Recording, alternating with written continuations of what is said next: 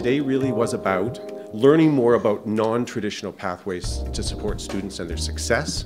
And our post-secondary partners were invited here to say that if any student and every student who considers a post-secondary destination would like to talk about how there are a variety of ways to get there, then bring that conversation on, collect these resources, and please consider strategies and put in place mechanisms to get that information back to the school, to the staff, the students, and the parents.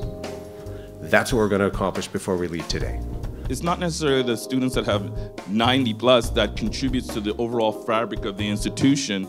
So those students that you know and you ever scratch your head and you bumped into someone and you said, oh man, he's got such potential, but she's throwing it away or he's throwing it away. We want those individuals. We want to support them. And they just need to know about us so that when they are ready, at some point they can access that information. Any of the activities or programs that you see within the outreach and engagement pod, they are characterized by relationships between people. And it's based on engaging them in relationships where they are in their life.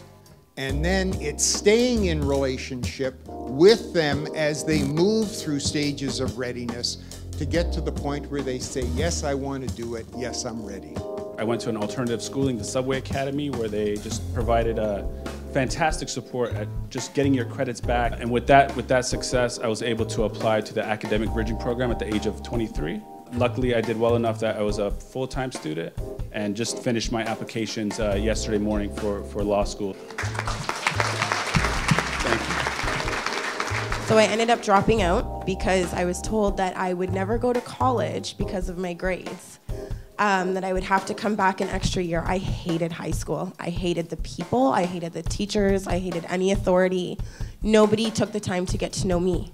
So I dropped out at 16. So no education, working minimum jobs to make do and help my mom pay rent and bills. And then I had my son. So for a year I sat and thought, what am I gonna do? I had a girlfriend call me and tell me about HYPE. So after completing the 6-week program with HYPE, that was a tremendous transformation in my life.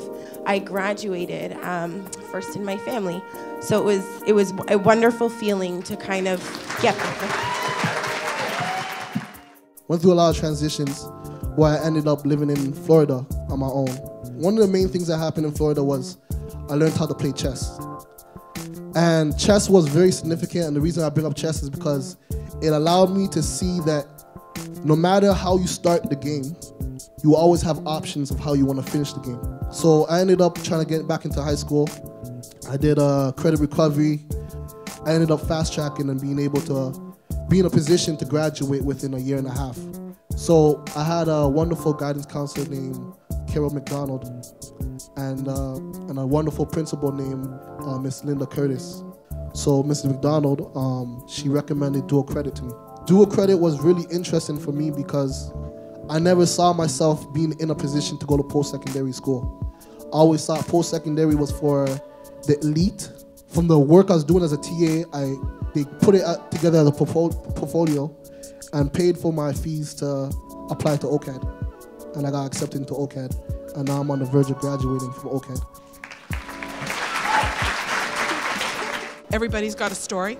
And making that connection on an individual level with every student, and also making them realize that there is achievement, and to believe in themselves, and instilling self-confidence, and that I can be the cheerleader to assist them with that. One of the presenters from HYPE at Centennial said that we're suffering from the tyranny of the model pathway or the model route. And although I think in individual counseling sessions, we do talk to students about individualized pathways, we probably need to have overall messaging to let students know that, every pathway is unique.